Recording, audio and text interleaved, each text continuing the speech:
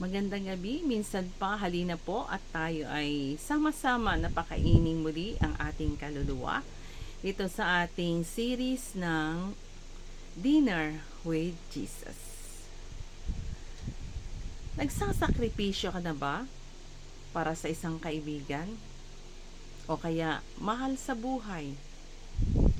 Maaring oo, maaring hindi pa ang sagot mo. Kung oo, gaano ang sakripisyong ito?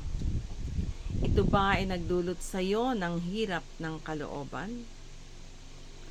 Maaring ang mga sakripisyo natin ay pawang pangmaterial lamang.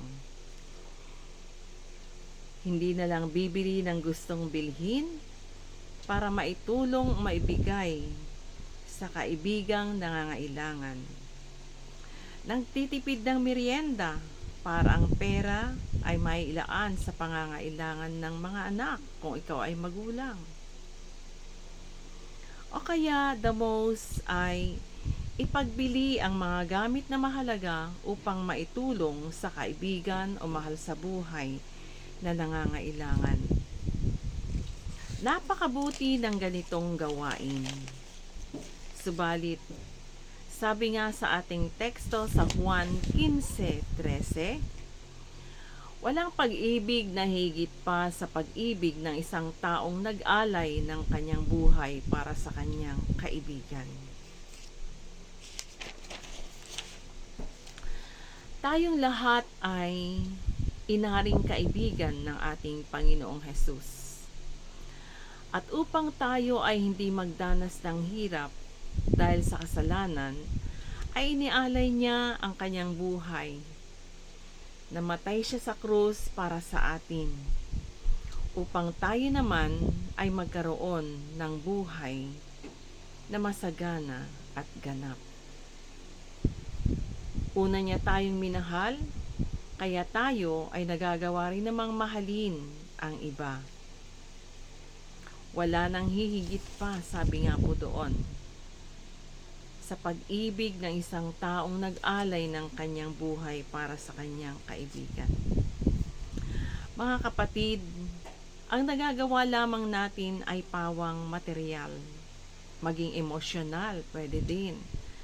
Dahil sinasamahan natin ang ating mga kaibigan, ang ating mga mahal sa buhay, sa paglagpas sa mga pagsubok na dumarating o nararanasan nila. Subalit, walang hihigit sa pag-ibig ng Diyos, sa pag-ibig ni Jesus sa atin, na ang kanyang buhay ay kanyang inialay upang tayong lahat ay gumaan ang kalalagayan at magtamo tayo ng kapatawaran. Tulad ng sinasabi sa ating teksto. At ang pinakananasa niya ay ang tayo ay magkaroon ng buhay. Isang buhay na masagana at ganap. Tulad ng sabi sa Juan 10:10. Sa pakatandaan natin, mahal na mahal tayo ng Diyos. Magandang gabi po muli. Salamat sa pakikisalo sa ating pagbubulay ng salita ng Diyos dito sa Dinner with Jesus.